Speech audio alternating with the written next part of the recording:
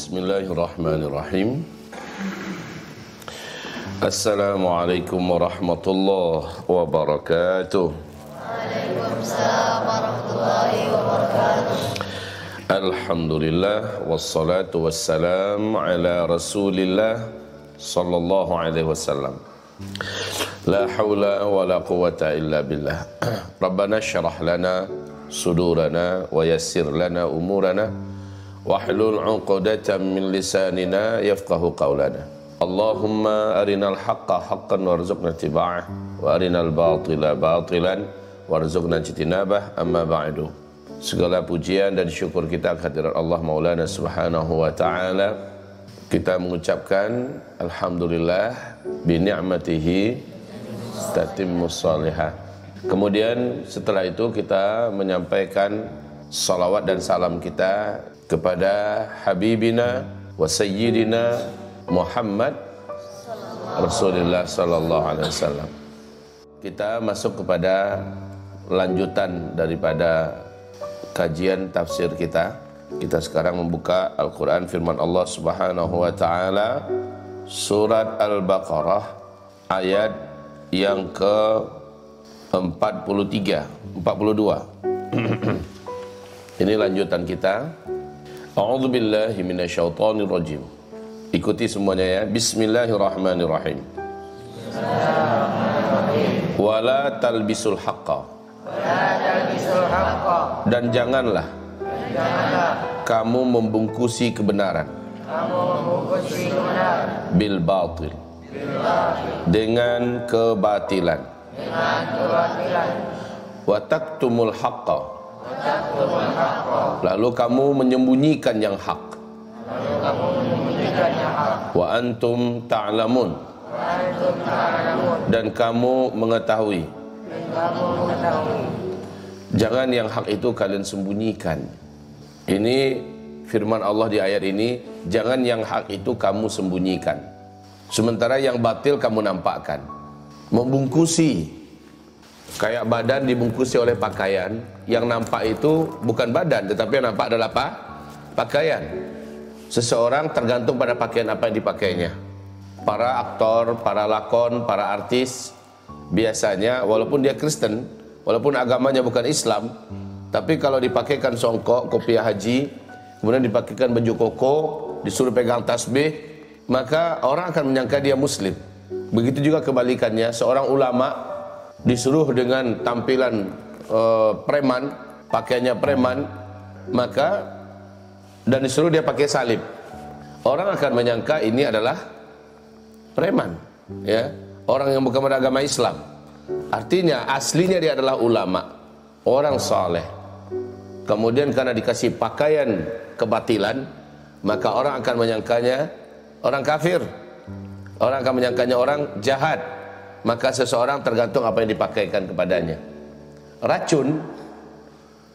Racun di dalam botol, kalau di luar botol itu dibuat kemasan madu asli 100%, halalan thayyiban dan diberkahi, sembuh siapa yang meminumnya. Semua orang akan tertipu, akhirnya orang minum, insya Allah mati.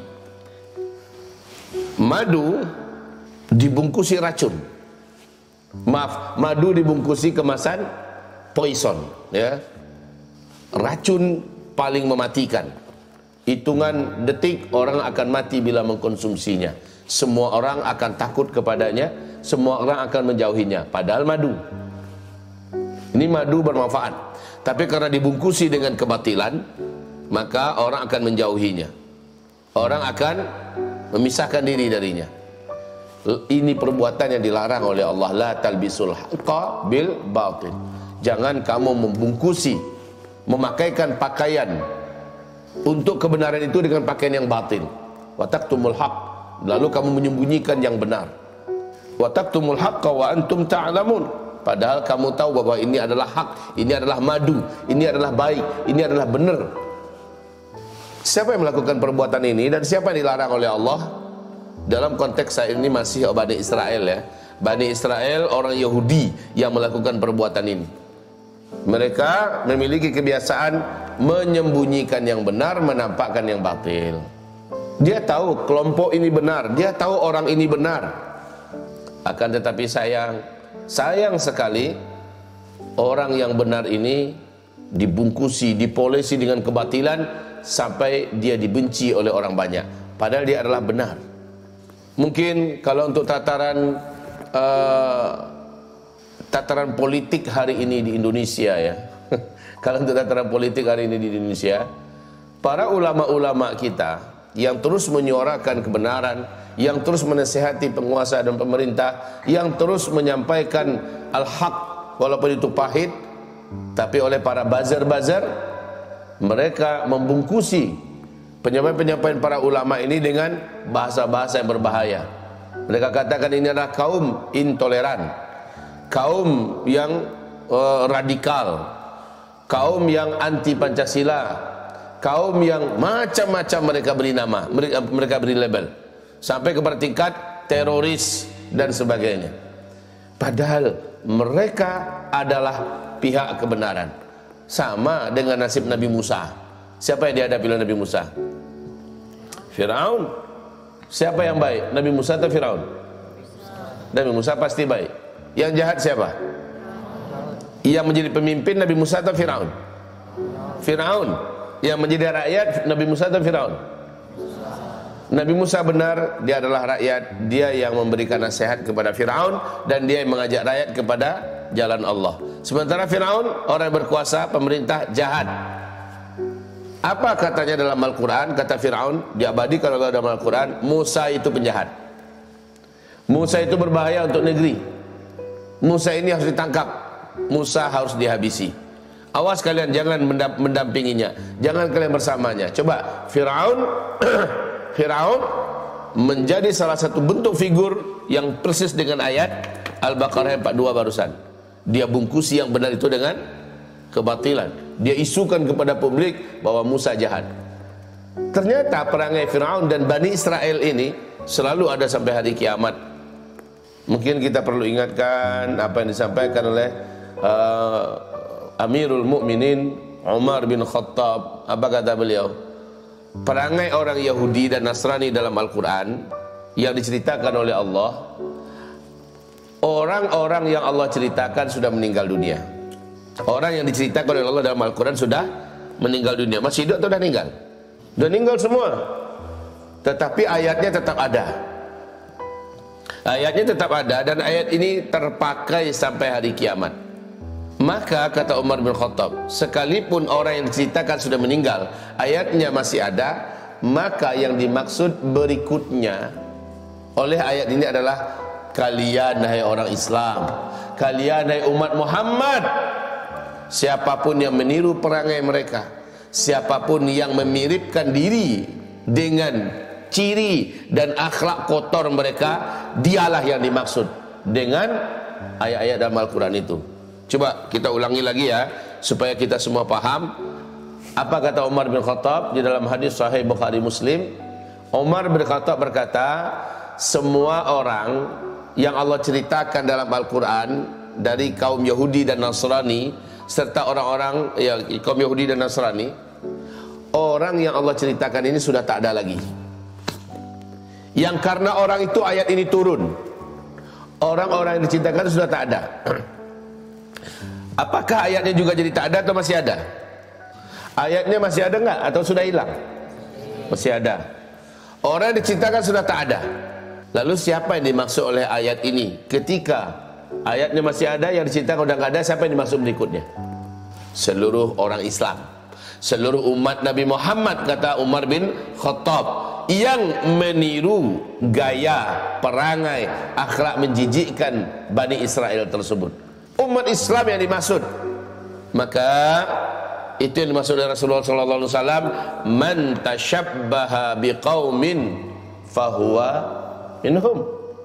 Orang yang menyerupai, orang yang meniru-niru, orang yang mengcopy paste, orang yang mencontoh suatu kaum, maka dia dianggap sama dengan kaum itu, walaupun dia hidung pesek Indonesia, walaupun dia orang hitam keling Afrika, seandainya dia punya perangai sama dengan Bani Israel, Yahudi dan Nasrani, maka orang ini sama dengan Yahudi, sama dengan Nasrani. Maka itu kesimpulan dari ayat ke-42 ini. Kalau sama, tempatnya nanti di mana? Di akhirat, di surga atau di neraka? Ketika kita yakin Firaun tempatnya di neraka, maka orang yang meniru Firaun nanti tempatnya di mana? Ketika kita tahu Yahudi dan Nasrani tempatnya di neraka, orang yang mengikuti dan meniru mereka tempatnya di mana? Di neraka. Tak mungkin. Ini lokomotif kereta api, di belakangnya ada gerbong dicantolkan, ada gerbong lagi dicantolkan, ada gerbong lagi dicantolkan. Gerbong ini gunanya untuk mengikuti kepalanya ini, mesin lokomotifnya ini ya. Nah, saat mesin lokomotif jalan, yang belakang ikut jalan yang lain atau mengikuti di depannya, yang di depannya? Pasti ngikut yang di depannya. Lah kalau ini kan ada persimpangan ini, jalan rel kereta api, kepalanya masuk kemari, apakah gerbong-gerbong tadi masuk kemari atau kemana dia pergi? Pasti mengikuti kepala. Kalau kepalanya masuk neraka, gimana gerbongnya? Kalau kepalanya masuk jurang, pasti masuk jurang semua. Itu logikanya.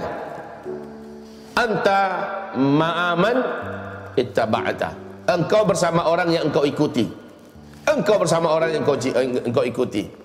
Sama dengan ada sahabat dari kaum pedalaman datang pada Rasulullah. Ya Rasulullah, aku jarang bisa bersama engkau. Aku tinggal di tempat yang jauh. Ya Rasulullah, tapi aku ingin sampaikan sesuatu kepadamu. Aku sangat mencintaimu ya Rasulullah. Aku sangat mencintaimu. Maka kata Rasulullah, anta ma'i fil jannah. Masya Allah. Anta ma'i fil jannah. Apa artinya?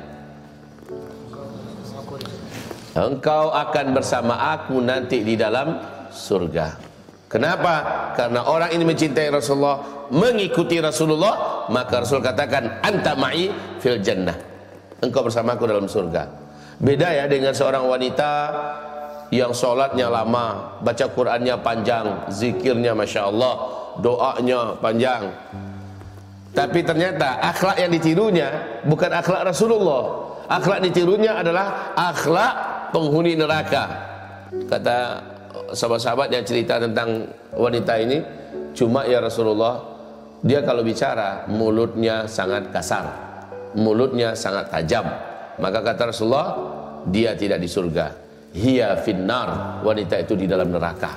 Coba lihat, apabila kita mencintai atau meniru suatu kaum, kita akan disamakan ke sana.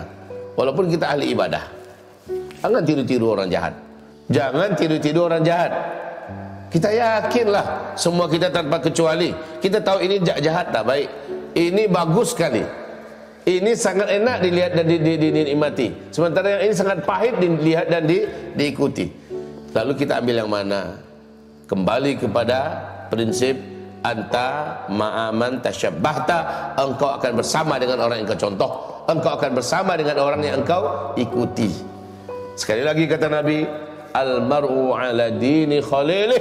Seseorang tergantung kepada din temannya. Din itu artinya apa?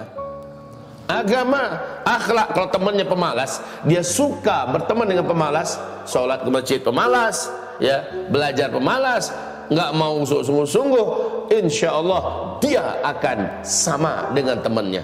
Tapi kalau yang dia temani adalah orang yang sungguh-sungguh, dia temani adalah orang yang disiplin, dia temani adalah orang yang baik, insya Allah dia akan menjadi seperti temannya, insya Allah. Jadi begitu, kita kembali pada ayat. Mari dibaca lagi sama-sama semuanya. Wala talbisul haqqa,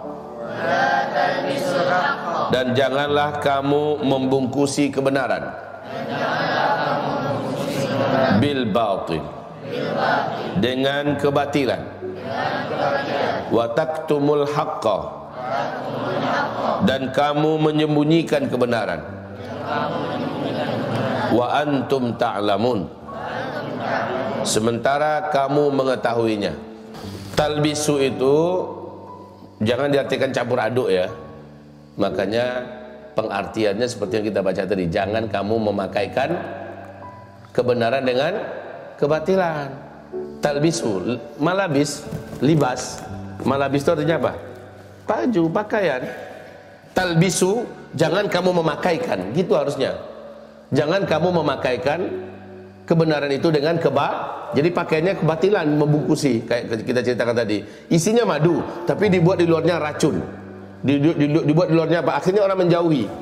Akhirnya orang jijik, benci dan membuangnya. Ini contoh ya. Nah, ini yang dilarang itu. Wa antum ta'lamun. Sementara kamu mengetahui. Mengetahui apa? Mengetahui ini adalah madu. Kita tahu ini madu, tapi kita kasih label racun. Kita tahu itu. Kita tahu pesantren ini bagus, kita tahu ulama ini lurus. Kita tahu. Lalu kenapa kita labelkan ulama sebagai penjahat? Kenapa kita labelkan pesantren sebagai sarang teroris dan sebagainya? Padahal kita tahu pesantren tempat orang dilatih untuk menjadi anak-anak yang merawat ibadahnya, menjadi anak-anak yang menjaga akhlaknya dan sebagainya. Tapi kita katakan tempat terburuk, ini ada beberapa tokoh di Indonesia ini ya, mengatakan tempat paling berbahaya adalah pondok pesantren. Astagfirullahaladzim. Ini orang yang dimaksud oleh Allah dengan ayat ini. Dia orang Indonesia, bukan orang Yahudi. Sementara ayat ini bicara tentang orang Yahudi. Maka orang Indonesia ini yang perangainya seperti itu berarti Yahudi. Gitu aja caranya. Walaupun dia orang Indonesia, berarti dia orang Yahudi. Orang yang diceritakan oleh Allah dalam Al-Quran sudah hilang, sudah mati. Tapi siapapun yang meniru perangai mereka, dia berhak disebut dengan Yahudi berikutnya. The next Yahudi. Ayat kedua. Kita lanjut ayat 43. Baca sama-sama ya. Wa aqimus shalah. Dan dirikanlah salat. Wa atuz zakah. Bayarkan zakat. Warka'u. Dan rukuklah kamu. Ma'ar raki'in. Bersama orang-orang yang rukuk. Ini unik ini. Aqimus shalah artinya apa tadi? Terus ayat berikutnya warka'u ma'ar raki'in. Rukuklah kamu semua orang yang rukuk. Kayak dua kali nyuruh gitu ya. Salatlah dan rukuk itu bukannya amalan dalam salat. Nah, di sini perlu uraian. Di sini perlu penjabaran. Di sini perlu penjelasan. Aqimus shalah. Ini fi'il amr.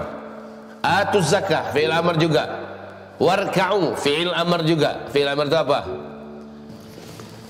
Perintah untuk mengerjakan sesuatu. Hukumnya apa? Wajib. Dalam kaidah usul fikih, al-aslu fil amri lil wujub. Kalau ada dalil dalam Al-Quran atau dalam hadis, isinya perintah, hukumnya wajib. Sini ayat mengatakan aqimus shalah. Kalau nggak salah dulu kita uraikan ini. Beda antara aqimu dengan if'alu. I'malu. If'alu, buatlah. I'malu, amalkanlah. Aqimu, ini kalau memang hanya sekedar solat saja, maka tentu saja perintah Allah SWT harusnya adalah wa'malus shalah. Amalkanlah solat. Atau if'alus shalah, buatlah solat. Tapi yang Allah perintahkan di sini adalah aqimu. Aqimu, mendirikan. Sudah kita uraikan dulu bahwa ini maksud dengan mendirikan solat. Dan di sini ada waw jamaah. Maknanya adalah satu, mengerjakan solat pada waktunya. Dua, mengerjakan solat di tempatnya.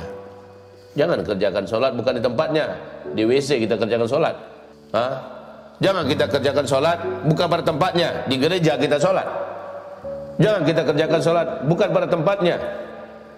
Di mana di tempat-tempatnya memang di situ dibuat maksiat, di situ kita solat. Yang diperintahkan adalah solatlah di tempatnya. Tempat yang diperintahkan Allah itu di mana? Di masjid. La salata illa fi masjid. Tidak ada solat kecuali di masjid. Untuk para lelaki, untuk solat 5 waktu berjamaah. Maka solatnya karena wawul jamaah, berjamaah. Berarti yang ketiga adalah solat berjamaah. Yang keempat, solat sesuai dengan sunnah. Jangan solat tidak sesuai dengan sunnah. Ada orang yang ingin merubah menjadi subuh menjadi 4 rakaat, nggak sesuai dengan sunnah. Ada orang yang ingin merubah isya jadi 2 rakaat, tidak sesuai dengan sunnah. Ada orang yang ingin solatnya itu ditambah karena dia menganggap 5 waktu itu terlalu sedikit. Ada orang yang menggabungkan sholat subuh itu. Hari ini saya sibuk, jadi sekarang subuh saya langsung zuhur, saya langsung asar, saya langsung maghrib, dan saya langsung isya. Kenapa? Hari ini sibuk. Dia mengerjakan sholat tidak sesuai dengan sunnah, akhirnya sholatnya mardudah, ditolak. Man amila amalan laisa alaihi amruna fahuwa raddun. Orang yang mengamalkan amalan tak sesuai dengan yang kami ajarkan, tak sesuai dengan yang kami contohkan, fahiya raddun, fahuwa mardudun. Itu adalah amalan yang ditolak. Begitu ya. Jadi jangan sampai saya semangat lah, khusyuk lah kalau sholat itu dijaharkan bacaannya. Lalu gimana? Maghrib 3 rakaat jahar semuanya, ya, dibacakan keras semuanya. Kenapa? Lebih khusyuk saya, lebih tenang. Yang lain lagi berkata, saya rasa sholat ini akan jauh lebih mantap kalau dibacakan terjemahnya.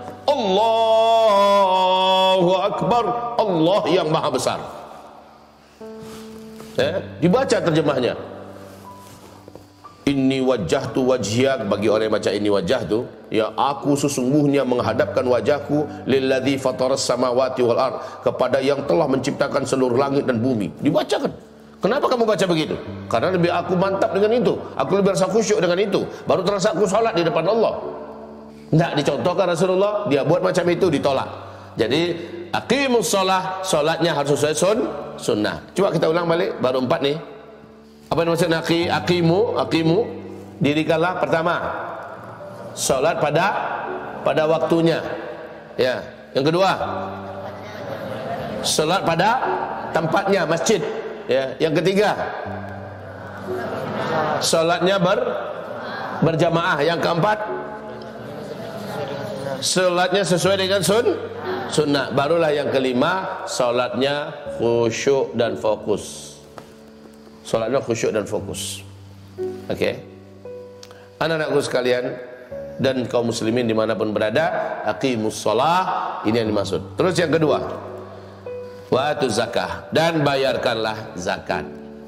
Dua kalimat ini, aqimus shalah, atuz zakah, selalu berpasangan. Dan sepakat ya, seluruh ulama ahli Quran, ulama ulumul Quran sepakat. Para sahabat sepakat. Seluruh ulama sedunia sepakat dengan pernyataan Ibnu Abbas radhiyallahu anhuma. Apa kata Ibnu Abbas? Di dalam Al-Quran ada kalimat yang berpasang-pasangan. Itu menyiratkan arti apabila satu saja yang dikerjakan, yang lain tidak dikerjakan, yang sudah dikerjakan tidak diterima oleh Allah. Ini penting loh ya. Yang sudah dikerjakan tidak diterima oleh Allah. Contohnya ini, atiullah, atiur Rasul. Allah ditaati tapi Rasul tidak ditaati. Taatnya kepada Allah tidak diakui oleh Allah. Atiullah, mentaati Allah, artinya dia terima Quran. Atiur Rasul, taat pada Rasulullah, artinya dia terima sunnah. Sekarang Al-Quran dia terima, sunnah dia tolak. Maka orang yang disebut ingkar sunnah, keislamannya dibatalkan malah oleh Allah. Enggak dianggap. Dia hanya mengamalkan yang ada dalam Al-Quran, sementara ada hadis Nabi dia tolak. Persis kayak Muhammad bin Salman hari ini. Muhammad bin Salman di mana? Di Arab Saudi, ya, yang sedang berkuasa dengan sangat gaya dan gagahnya di Arab Saudi. Dia dengan terang-terang mengatakan, saya hanya menerima Al-Quran dan beberapa hadis mutawatir, sementara hadis sahih seluruhnya saya tolak. Orang macam ini, Al-Quran dia terima, ada hadis Nabi dia tolak. Maka orang semacam ini tidak diakui oleh Allah, oleh seluruh ulama. Dari dulu sampai hari kiamat akan berbeda itu. Keislamannya ditolak, syahadatnya tidak diakui oleh Allah, walaupun dia pimpinan Arab Saudi. Itu contoh ya. Itu atiullah, atiur Rasul. Kalau di ayat ini, aqimus shalah wa atuz zakah, dirikanlah sholat. Oh, dia sudah sholat bagus, tapi zakat dia nolak. Padahal dia kaya, dia berduit, dia sukses, bayar zakat nggak mau. Pernah terjadi nggak di mana keislaman orang yang menolak bayar zakat ini dibatalkan dan seluruh sahabat menganggap mereka murtad? Pernah terjadi apa tidak? Kapan? Kapan kejadiannya? Waktu Nabi Muhammad meninggal dunia, ya. Waktu Nabi Muhammad meninggal dunia, ya, maka satu kabilah menolak membayar zakat. Padahal dia masih sholat, kabilah ini masih sholat, masih puasa, mau haji. masih mau melaksanakan amalan Islam, cuma zakat dia nggak mau. Di ayat ini aqimus shalah atuz zakah, dirikan sholat, bayarkan zakat. Sholat dia mau kerjakan, zakat nggak mau dia bayarkan. Maka apa kata Abu Bakar? Dia sudah murtad. Seluruh sahabat sepakat, cuma satu orang yang masih mencoba berdiskusi dengan Abu Bakar, yaitu Umar bin Khattab. Jadi engkau rencanakan memerangi mereka? Iya, kata Abu Bakar. Kan mereka masih Islam, mereka masih syahadat, mereka masih sholat, mereka masih mau melaksanakan ibadah puasa, mereka masih mau haji, mereka masih mau semua yang lain. Hanya zakat saja mereka nggak mau bayar. Kenapa kita murtadkan dia? Kenapa kita perangi dia? Kata siapa? Kata Umar bin Khattab. Apa jawaban Abu Bakar Siddiq radhiyallahu anhu? Demi Allah, kata Abu Bakar, seandainya, lalu dibacakan hadis ya, apa kata Nabi? Aku akan perangi manusia sampai mereka bersyahadat. Kalau mereka sudah bersyahadat, dia mendirikan sholat, dia bayarkan zakat.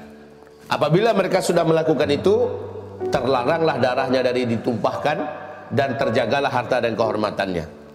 Maknanya apa? Kalau dia sudah tidak lagi melakukan itu, darahnya boleh ditumpahkan. Artinya boleh kita perangi orang yang sudah meninggalkan syahadat, sudah meninggalkan sholat, atau sudah meninggalkan zakat. Salah satu di antara ini, syahadat, habis itu mendirikan sholat, bayarkan zakat.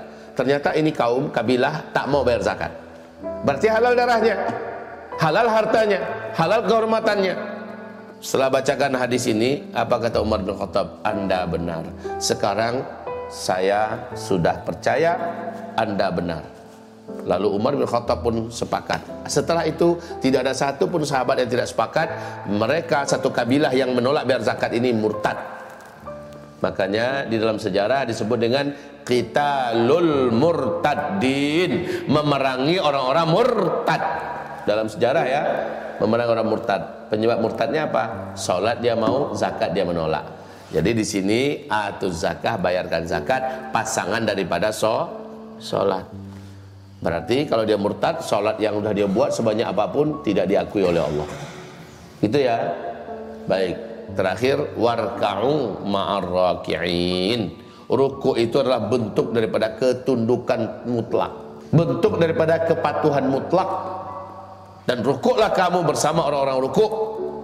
Ayat ini mengisyaratkan satu, secara zahir menyuruh kita untuk wajib berjamaah. Wajib sholatnya berjamaah. Warka'u ma'ar raki'in. Yang kedua, ini dipakai dalam mazhab Syafi'i. Kalau sholat berjamaah, dapat oleh kita imam sudah selesai baca Al-Fatihah, sudah selesai baca ayat, selesai, dia rukuk, Allahu Akbar, kita masuk, lalu kita dapatkan juga rukuk, Allahu Akbar. Awas ya, ini mazhab Syafi'i.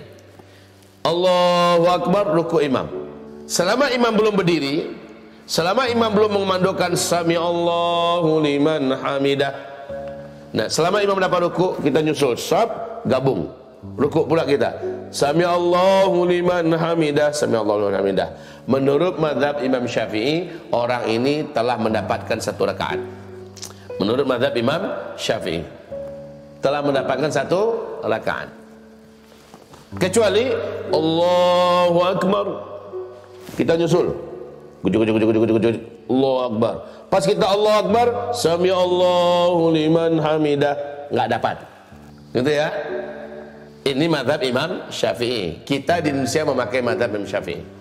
Tetapi mazhab para ahli hadis, dan ini mazhab tertinggi ini, di mana imam mazhab yang empat, Abu Hanifah, Imam Malik bin Anas, Imam Syafi'i, Imam Ahmad ibn Hanbal, mereka sendiri seluruhnya merujuk seluruh keputusan dan fatwa mereka kepada hadis. Semasa mereka hidup, belum seluruh hadis sampai kepada mereka. Semasa mereka hidup, belum seluruh hadis sampai kepada mereka. Sehingga mereka berfatwa sesuai dengan hadis-hadis yang mereka terima pada masa mereka hidup. Oleh karena itu, Imam Syafi'i dulu pernah berpesan begini, mazhab saya adalah yang ada hadisnya dan hadisnya yang paling sahih. Maka bila nanti saya sudah meninggal, kalian menemukan hadis yang sahih, lebih sahih daripada hadis yang saya dapatkan, lebih kuat daripada hadis yang saya riwayatkan, dan itu ternyata berbeda dengan fatwa saya, apa kata Imam Syafi'i? Tinggalkanlah fatwa saya, ambillah hadis itu, karena itulah mazhab saya. Jelas ya? tinggalkan fatwa saya, ambillah hadis itu, karena itulah mazhab saya. Jadi kalau mazhabnya para ahli hadis mengatakan tidak, hanya sekedar dapat rukuk tapi belum baca Al-Fatihah, maka belum dapat 1 rakaat. Oh, kok kayak gitu? Dalam mazhab Syafi'i kan dapat rukuk, dapat 1 rakaat. Itu mazhab Syafi'i. Sementara mazhabnya ahli hadis, sekali lagi ya, keempat imam mazhab menyepakati mazhabnya para ahli hadis tertinggi. Ini yang tertinggi. Para ahli hadis jauh lebih dalam pengetahuan fikih mereka daripada para ahli fikih, ya. Jadi apa kata para ahli hadis? Tidak sah rakaat sampai dia bisa membaca Al-Fatihah. Kenapa begitu? Al-Fatihah itu rukun. Betul tidak? Baca Fatihah rukun apa tidak? Meninggalkan rukun batal salat. Meninggalkan wajib tidak batal salat. Hanya perlu sujud sahwi saja. Tapi kalau meninggalkan rukun batal salat. Al-Fatihah itu rukun. Jadi kalau imam begini, ketika imam membaca Qul ya ayyuhal kafirun la a'budu ma ta'budun wala an, pas dia baca walaan, kita masuk Allahu Akbar, langsung baca Al-Fatihah. Jangan pakai mukadimah pula, kabira walhamdulillah katsira wa subhanallah bukratan wa asila dan seterusnya. Jangan pakai baca mukadimah, langsung baca Al-Fatihah. Bismillahirrahmanirrahim. Alhamdulillahirabbil alamin arrahmanirrahim maliki yaumiddin. Iyyaka na'budu wa iyyaka nasta'in ihdinas siratal lakum dinukum waliyadin. Kita baru ihdinas siratal mustaqim siratal ladzina an'amta 'alaihim. Allah kata imam, Allahu akbar. Kita baru ghairil maghdubi 'alaihim waladdallin. Amin. Baru ikuti imam. Allahu akbar. Baru dapat 1 rakaat. Karena kita sudah baca Al-Fatihah. Itu mazhab ahli hadis. Nah sekarang kalian mau ikuti yang mana? Setelah kalian dengarkan uraian pengajian ini, itu adalah urusan kalian. Oh kalau gitu Buya kami mau ikuti mazhab ahli hadis saja, karena kayaknya lebih aman dan lebih menjamin solat kami diterima oleh Allah. Ya itu bagus. Oh Buya kami mau pegang mazhab Imam Syafi'i saja. Itu terserah kalian. Karena Imam Syafi'i sudah memfatwakan itu. Dan itu sesuai dengan hadis yang sampai kepada beliau pada masa beliau. Jadi kita nggak usah polemik dalam hal ini, nggak perlu ribut. Namun dalam hal ibadah seharusnya kita ambil yang lebih hati-hati. Yang lebih hati-hati adalah bacalah Al-Fatihah. Itu yang lebih hati-hati. Sampai sini paham semuanya? Oke. Jadi warka'u markain isyaratnya pertama situ adalah sholatlah berjamaah. Yang kedua mendapatkan pemahaman rukuklah kamu bersama orang yang rukuk dengan mazhab Syafi'i. Tapi harusnya mazhab Syafi'i ini diuraikan oleh hadis yang lain, mazhabnya ahli hadis, yaitu mendapatkan Al-Fatihah. Buya bertanya pada kalian, mendengarkan Al-Quran yang sedang dibaca di luar sholat, hukumnya wajib apa sunnah? Hukumnya wajib apa sunnah? Mendengarkan Al-Quran, orang baca Quran nih, sementara bukan dalam sholat, dia tidak sholat, saya tidak sholat, tapi dia sedang baca Quran, hukumnya wajib apa sunnah? Berpahala atau berdosa dengan orang baca Quran? Kalau berpahala sunat lah. Susah kalian jawabnya. Berpahala nggak kita dengar orang baca Quran? Berpahala, sunat. Tapi kalau nggak kita kerjakan, berdosa nggak kita? Kita nggak dengar nih, berdosa nggak kita? Enggak. Kenapa? Mendengarkan Al-Quran dibacakan hanya sunat, ya, bukan wajib. Kalau wajib, berdosa kalau kita tidak buat. Tapi dalam sholat, nah beda ya, ingat itu baik-baik. Kalau dalam sholat, imam baca Al-Quran, ayat apa saja dibacanya, wajib kita sebagai makmum mendengarkan. Wajib. Sebagai makmum wajib mendengarkan. Tidak berdosa kita kalau tidak mendengarkan. Ya. Berdosa kita kalau tidak mendengarkan. Berdosa kita kalau tidak mendengarkan. Saat kita jadi makmum, imam sedang membaca ayat setelah Al-Fatihah. Kalau membaca Al-Fatihah, imam, iyalah rukun, malah mendengarkan imam baca Al-Fatihah rukun, dengarkan. Tapi mendengarkan imam baca ayat setelahnya adalah wajib. Kenapa rukun mendengarkan imam baca Al-Fatihah? Karena kata Rasulullah dalam hadis Sahih Bukhari, diceritakan oleh Bunda Aisyah, qiraatul imam qiraah lil makmum. Ketika imam membaca Al-Fatihah, maka makmum mendengarkan bacaan imam sudah menjadi bacaan makmum. Oleh karena itu saat imam waladdallin, amin, kata kita di belakang, kita tidak lagi membaca Al-Fatihah. Ini mazhab ahli hadis. Sementara mazhab Syafi'i baca lagi Al-Fatihah. Karena itu baru imam yang baca, kamu belum baca. Ini mazhab Syafi'i. Tapi kalian nggak usah bingung lah. Kalian dengarkan saja hadis karena mazhabnya seluruh ulama adalah hadis. Kita kembali ya. Berarti kita simak imam baik-baik membaca. Kita simak imam baik-baik membaca. Setelah itu imam rukuk, kita rukuk. Namun apabila kita masbuk, kita masuk solat setelah imam baca waladdallin amin, atau imam membaca ghairil maghdubi alaihim waladdallin, kita baru masuk, gabung kita amin. Cepat kita sih amin pula kata kita. Kita baru gabung nih. Kita udah baca Al-Fatihah belum? Kita sudah baca Al-Fatihah belum? Kita udah dengar imam tadi baca Al-Fatihah dalam sholat kita belum? Berarti kita yang baru bergabung, baca Al-Fatihah, karena itu rukun. Sementara imam yang membaca ayat yang lain setelah Al-Fatihah dibaca, itu hukumnya adalah wajib kita mendengarnya. Namun ketika rukun ketemu dengan wajib, utamakan rukun. Karena rukunnya adalah kita belum baca Fatihah. Baca dulu Fatihahnya. Karena itu rukun. Adapun imam yang lagi baca ayat yang lain, kita wajib mendengarnya. Sementara kita harus mengerjakan yang rukun, kerjakan dulu rukun. Setelah selesai baru kita menyimak imam membaca sisa ayat yang masih dibacanya. Begitu. Faham semuanya tuh? Faham ya? Barakallahu fikum. Ikuti Buya lagi baca. Waqimus shalah. Dan dirikanlah oleh kamu akan salat. Wa atuz zakah. Dan bayarkanlah zakat. Warka'u ma'ar raki'in. Dan rukuklah kamu bersama orang-orang yang rukuk. Allahumma arhamna bil Qur'an wa sadaqallahul azim.